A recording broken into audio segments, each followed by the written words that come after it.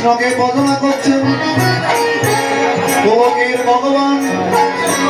ভক্তের কাজ সহ্য করতে না পেরে ভক্তের ক্ষুধা মেটানোর জন্য গোবিন্দ একটা গোয়ালের রূপ ধারণ করে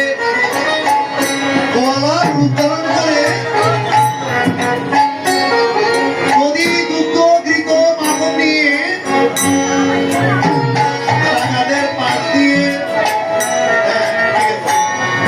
ডাকাতের পাশ দিয়ে হেঁটে হেঁটে যাচ্ছেন।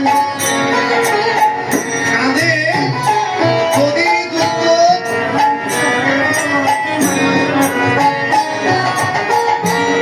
দুগ্ধ ঘৃত মাখন নিয়ে যখন যাচ্ছেন তখন ডাকাত বলছে, ও ভাই গোয়ালা, আমি তো খিদের জ্বালায় মরে যাচ্ছি, আমাকে কিছু দধি দুগ্ধ মাখন খেতে দাও তোমার থেকে। বলছে হ্যাঁ দেবো, তবে টাকা দিতে হবে। বলছে আমার কাছে তো কোনো টাকা নেই, তবে আমি কৃষ্ণ চুরি করতে যাচ্ছি। কোথায়? বৃন্দাবনে। কৃষ্ণের কাছে 9 প্রকারের অলঙ্কার আছে। এক প্রকার অলঙ্কারের দাম 9 লক্ষ টাকা। আমি কৃষ্ণ চুরি করে আসার সময় তোমাকে 1 প্রকারের অলঙ্কার দিয়ে দেব।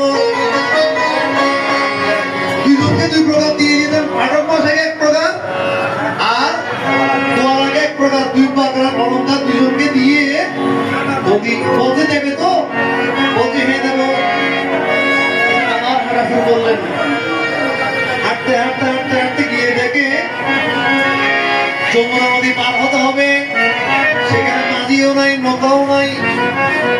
আবার ভগবানকে ডাক দিচ্ছেন।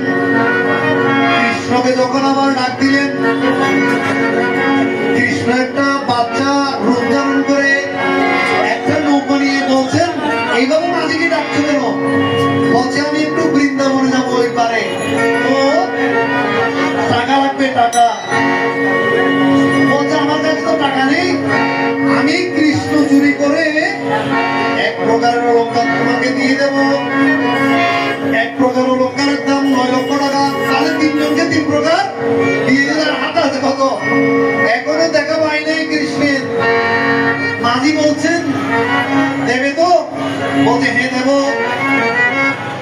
আচ্ছা, নৌকা পার হয়ে যখন গেল, গিয়ে বলছেন, আচ্ছা এখানে কি কৃষ্ণকে ছিল কেউ?